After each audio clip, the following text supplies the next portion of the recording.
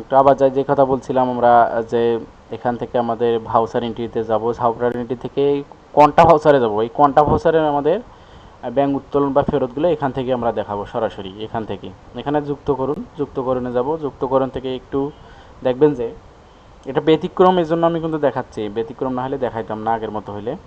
যদি পুরোনো ফাংশনের মতো হইতো সেক্ষেত্রে আমি দেখাইতাম না। এখানে হচ্ছে ব্যাংকের ধরন আছে, দেখেন ব্যাংকের ধরনে এক ব্যাংকে থেকে লেনদেন করতে পারবেন বা একাধিক ব্যাংকে একসঙ্গে লেনদেন করতে পারবেন। আমরা এক ব্যাংকে যেহেতু বেশিরভাগ লেনদেন হয়, এক ব্যাংক দেখাচ্ছি। ব্যাংকে কী করবেন, লেনদেনটা কীভাবে করবেন, জমা করবেন না উত্তোলন করবেন। ধরেন আমি জমা করব, জমা করলে এখানে দেখবেন জমাতে সিলেক্ট করবেন, সিলেক্ট করে আপনাদের ব্যাংকের নম্বরটা, ব্যাংকের নাম সিলেক্ট করে দেবেন। আর যদি উত্তোলন করেন, একই অবস্থা, উত্তোলন করে আপনারা এখানে ব্যাংকের শাখাটা সিলেক্ট করে দেবেন, আপনাদের যে ব্যাংক থেকে উত্তোলন করতে চাচ্ছেন সেটা।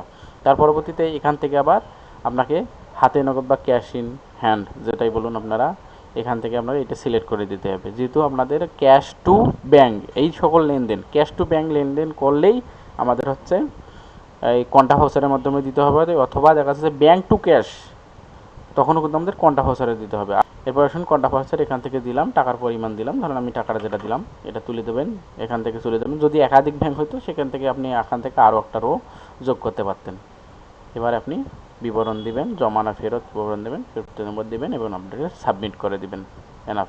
তখন দেখা যাচ্ছে যে এটা কিন্তু ক্যাশ নন ক্যাশ দুইভাবে হিসাবটা আসবে, অর্থাৎ ব্যাংকের হিসাবটা তো ইন আউট হবে, আবার দেখা যাচ্ছে যে আপনারা হচ্ছে ক্যাশ খাতা তো ইন আউট হবে। এটা এইভাবেই করার নিয়ম, এভাবেই করবেন।